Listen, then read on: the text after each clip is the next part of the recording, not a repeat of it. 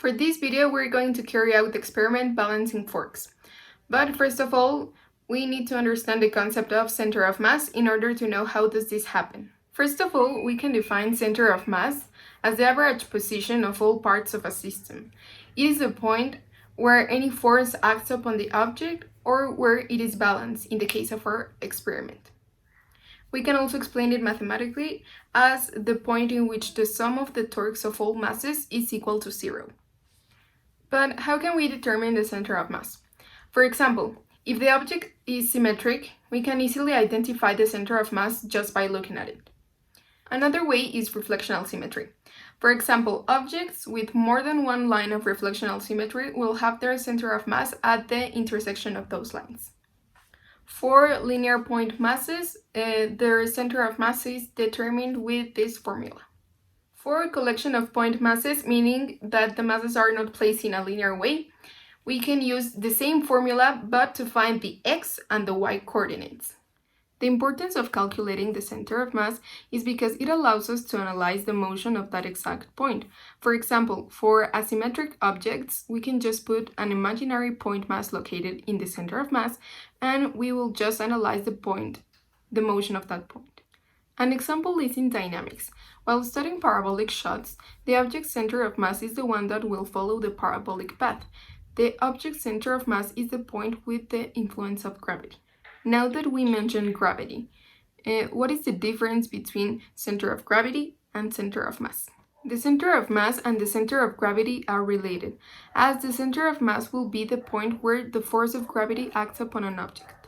They are not the same, but if gravitational force is assumed to be constant, then the center of mass is equivalent to the center of gravity, as they will be in the exact same point. Here on Earth, we can refer to them as equals, as gravity is constant. Now, we're going to perform two similar experiments that will help us understand more the concept of center of mass.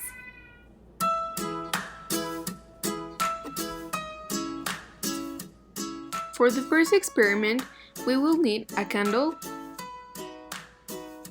2 toothpicks, and 2 forks of the same size.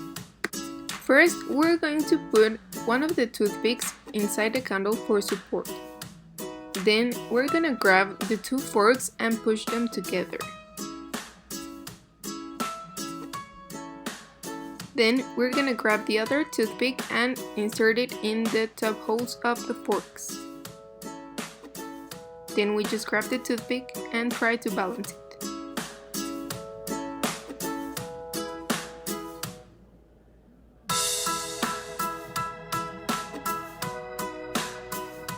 For the second experiment, we will need clay, a glass, 2 forks of the same size, and 1 toothpick.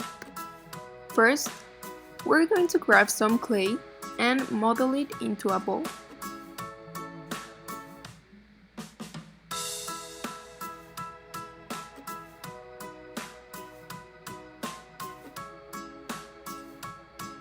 Now that we have our ball, we're going to place one of the forks on one side and then the other on the other side.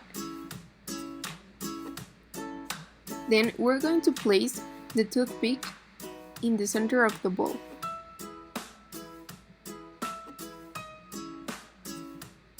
And then we're just gonna try to find the center of mass.